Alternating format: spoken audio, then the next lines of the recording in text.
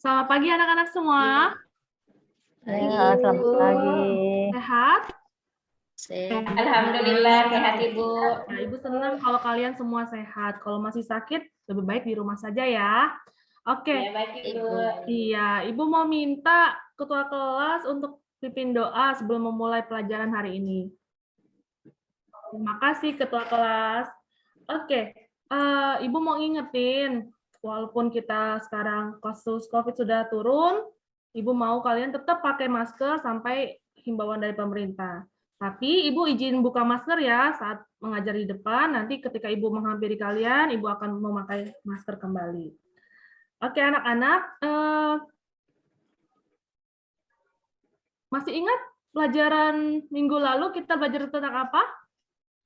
Ya, lupa Ibu. Iya Bu. Iya. Lupa Bu. Iya, minggu lalu kita belajar tentang macam-macam tusuk hias. Coba Ibu mau tanya, Lupa Bu. Bu Dwi, Ya Bu. tusuk apa? Sebutin 2 yang kamu ketahui tentang tusuk hias. Tusuk pipi, tusuk rantai Bu. Wah, pinter sekali. Bagaimana dengan Bu Jum? Sebutin lagi Ya. Bu yang lain. Tusuk jelujur, tusuk rantai. Oke, baik. Terima kasih anak-anak sudah memperhatikan minggu lalu dengan baik. Nah, sekarang kita akan memulai pelajaran. Bentar ya.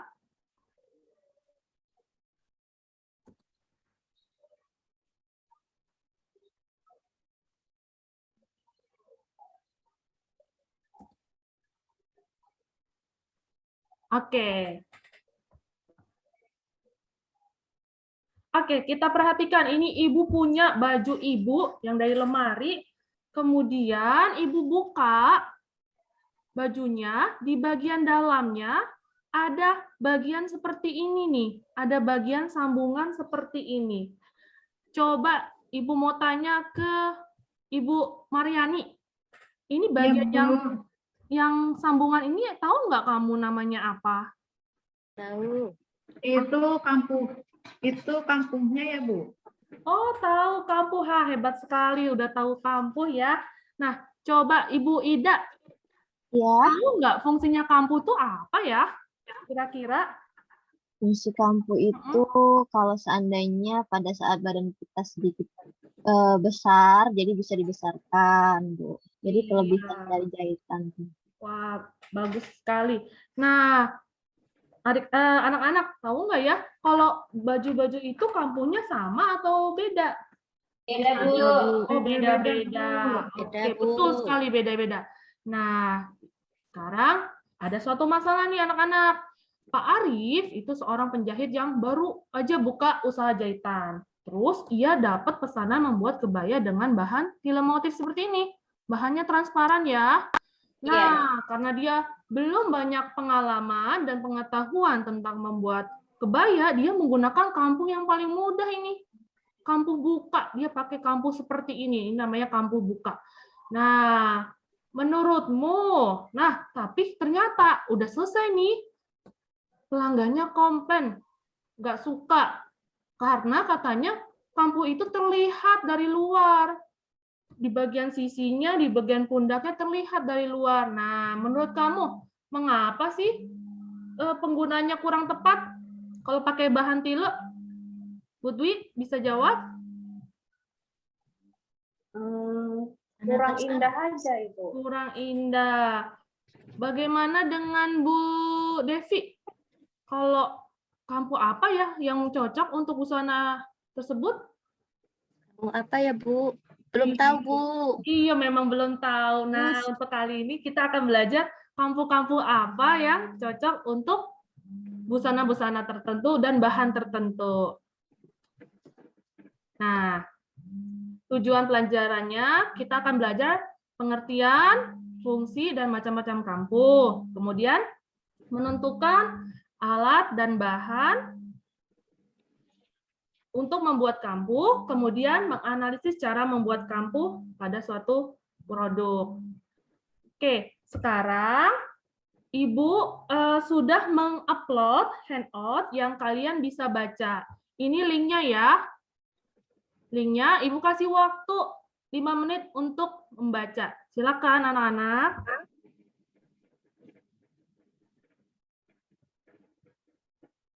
Baik, terima kasih sudah membaca. Ibu akan menerangkan tentang materi kampuh kali ini. Kampuh, apa sih kampuh?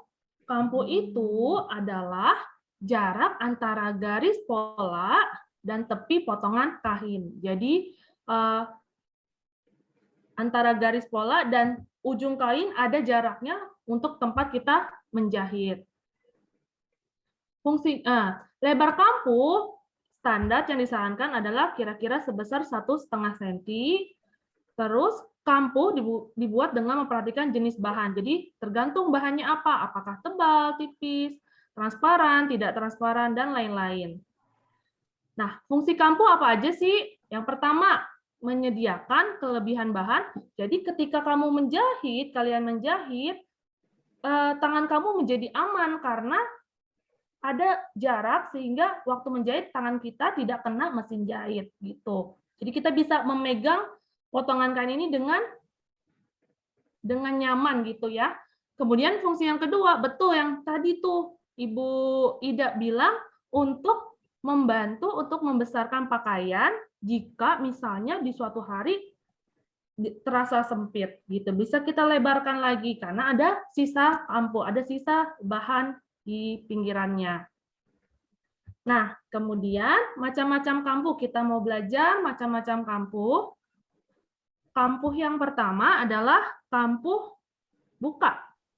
Ciri khas dari kampuh buka itu hasil akhirnya dapat dilihat dengan bagian namanya kampuh buka, berarti sambungannya terbuka. Kemudian kampuhnya bisa dipipihkan dengan cara disetrika. Jadi caranya kita menyambungkan 2 lembar potongan kain, kemudian kita jahit pada garis polanya. Nah, penyelesaian kampuh buka ada macam-macam nih anak-anak.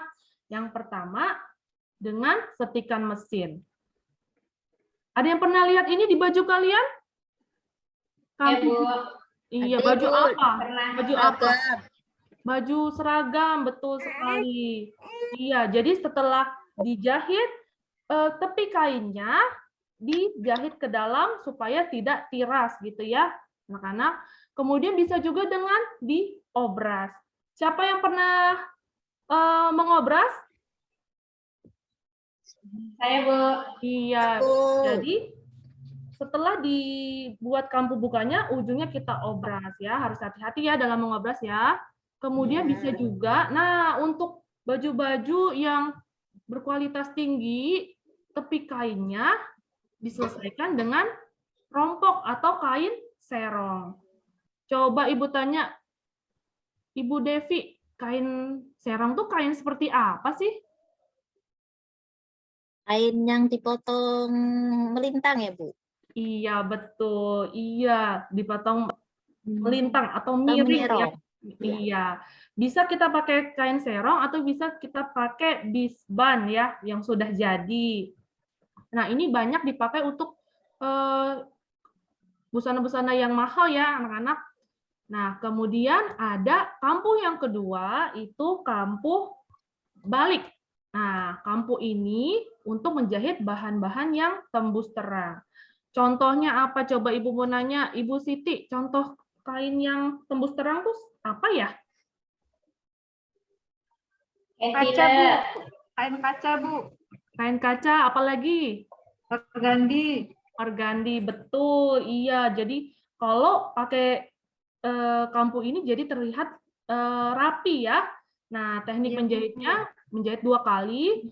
Nah, karena ini sudah rapi, setelah kampuh ini tidak perlu diselesaikan seperti kampuh buka yang tadi ya. Kemudian kampuh yang ketiga itu namanya kampuh pipih. Kenapa disebut kampuh pipih? Karena bentuknya dipipihkan. Ciri-cirinya terdapat 2 jahitan mesin seperti pada gambar berikut ini. Biasanya untuk menjahit kain sarung, kemeja, celana, jaket, pakaian bayi, dan sebagainya. Kemudian kampuh yang keempat itu kampuh Prancis. Biasanya untuk menjahit bahan yang berjenis tipis. Hasil dari kampuh Prancis hanya terdiri dari 1 jahitan, Caranya, cara membuatnya, kita menyatukan dua lembar kain, saling berhadapan tapi tidak sama lebar. Yang atas lebih kecil dibanding yang bagian bawah. Seperti pada gambar ini ya anak-anak. Kampuh yang kelima itu kampuh sarung. Nah, namanya juga kampuh sarung, berarti untuk menjahit sarung. Coba kalian ingat-ingat, ada sarung nggak di rumah? Ada. Nah, apakah kampuhnya seperti ini? Ya, Seperti pada Bu. gambar? Iya, betul. Iya. Ya. Kenapa sih pakai kampuh ini? Karena biasanya untuk agar motifnya saling bertemu nantinya, gitu ya. Motif kotak-kotak ini bila disatukan harus bertemu satu dengan lain. Jadi dia menggunakan kampuh sarung. Oke. Kemudian kita mau pelajari tentang apa sih alat dan bahan untuk membuat fragmen kampuh atau untuk membuat kampuh pada misalnya busana ya. Pertama, kita harus punya mesin jahit. Kemudian mesin obras untuk penyelesaian kampuh buka dengan obras. Kemudian kita butuh bahan bisa belacu kalau kita mau bikin fragmennya saja, atau bahan katun. Kemudian kita butuh benang jahit, gunting bahan, gunting benang, kain serong atau Peter band nanti, dan benang obras. Nah, kemudian kita mau belajar tentang langkah-langkah pembuatan kampuh. Nah, langkah-langkah pembuatan kampuh ini Ibu akan sajikan dalam bentuk video ya anak-anak. Yuk kita perhatikan video berikut ini. Nah, ini kampuh buka ya anak-anak.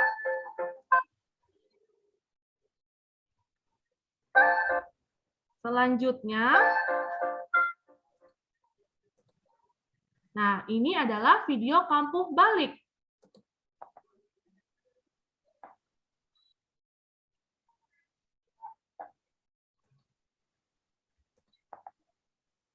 Nah, kemudian ini ada cara membuat kampuh pipih.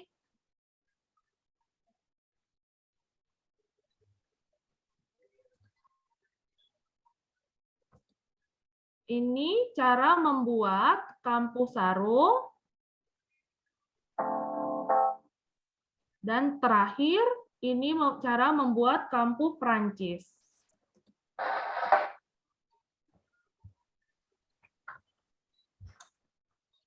Ada pertanyaan anak-anak? Ibu. Tidak ada? Menurut Bu Yuyun, Ibu.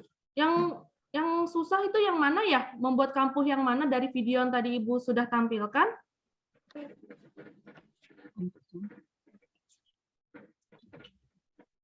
Oh, kampuh Prancis. Iya. Iya, nanti minggu depan kita akan praktek ya. Jadi kita hanya perhatikan dulu untuk kali ini, pertemuan kali ini. Bu, mau nanya. Oh iya. Siapa yang bertanya? Bu Devi. Iya, Iya. Bu. Iya, silakan, Bu. Ini Bu, kan tadi kata Ibu kan kalau kampuh kan tadi 1,5 ya Ibu. Tapi seragam saya kok itu ya Bu, besar sekali sepertinya kampuhnya Ibu. Bisa sampai 3 cm itu boleh enggak Ibu? Sebenarnya kamu merasa terganggu nggak dengan kampuh sebesar itu? Enak nggak di badan kamu? Karena kata Ibu saya biar muat sampai kelas 3 Ibu. Oh. Oh iya, berarti ibunya Bu Devi yang bikin bajunya? Iya Ibu. Oh iya, berarti itu tidak standar Bu. Jadi kalau kampuh yang kebesaran juga kurang enak karena menggesek badan gitu. Kalau buat sendiri. Gitu. Iya. Terima kasih pertanyaannya Bu Devi. Ada Ya, yang Ibu. bertanya lagi anak-anak? Sudah, Ibu. Oke. Iya. Oke, kalau sudah tidak ada pertanyaan, yuk kita bikin kelompok, satu kelompok isi 5 orang ya. Ibu akan membagikan LKPD-nya dalam bentuk kertas. Udah terima nih LKPD yang seperti ini? Sudah, Bu. Iya, kerjakan dengan baik ya. Silakan berdiskusi untuk menyelesaikan LKPD ini. Langsung jawab saja di kertasnya ya.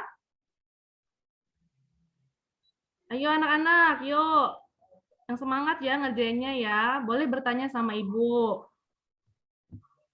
Oke, sudah selesai semua? Sudah, Bu. Sudah. Yuk, Ibu kasih kesempatan ke kelompok 1 untuk mempresentasikan jawabannya. Silakan kelompok 1. Wah, oke, bagus sekali. Silakan teman-teman yang mau menanyakan atau berpendapat tentang hasil diskusi kelompok 1. Boleh. Wah, keren banget Bu Ida. Iya, terima kasih. Ya, silakan. Selanjutnya kelompok 2. Iya, oke. Oh iya, Ibu mau bertanya Nina. Nah, kenapa membuat kampus buka itu harus diobras itunya? Oh iya, betul. Baik sekali anak-anak. Oke. Oke, terima kasih semua kelompok sudah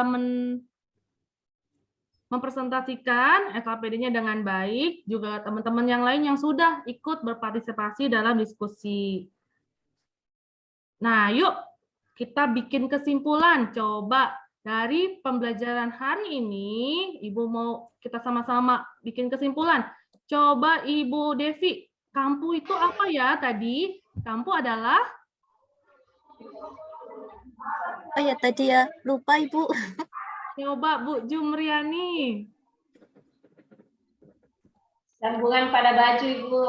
Betul. Nah, kampu itu adalah, betul, bisa sambungan pada baju atau jarak antara garis pola jahitan dan tepi potongan kain. Fungsi kampu Bu Dwi, coba apa? Apa aja tadi?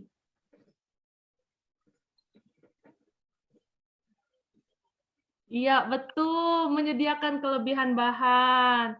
Bu Mariani, apalagi selain menyediakan kelebihan bahan? Jahit, Bu, supaya bisa dijahit di situ di bagian kampuhnya. Iya, betul. Sudah untuk supaya bisa memegang potongan jahitan. Yang kedua, nah tadi supaya kayak Bu Devi itu 3 cm bajunya. Iya, untuk membesarkan pakaian jika dirasa sempit di kemudian hari. Kemudian macam-macam kampuh. Coba Bu Yuyun. Tadi yang Ibu jelasin hanya 5 kampuh, nggak semua. Apa aja? Kampuh Prancis, kampuh buka, terus kampuh sarung. Apalagi ya Bu, saya duanya lupa Bu. Duanya lupa. Bu Ida. Dua lagi apa tadi? Prancis, sarung, buka. Dua lagi? Kampu balik. Kampu balik. Iya, betul. Pipi dan Pipi. balik. Betul sekali. Alat dan bahan. Kita sama-sama ya. Ada mesin jahit, mesin obras, benang jahit, benang obras, gunting bahan, gunting benang, dan kain serong. Ya, jadi itu ya kesimpulan kita pada pertemuan kali ini. Sudah mengerti anak-anak? Iya, Bu, sudah.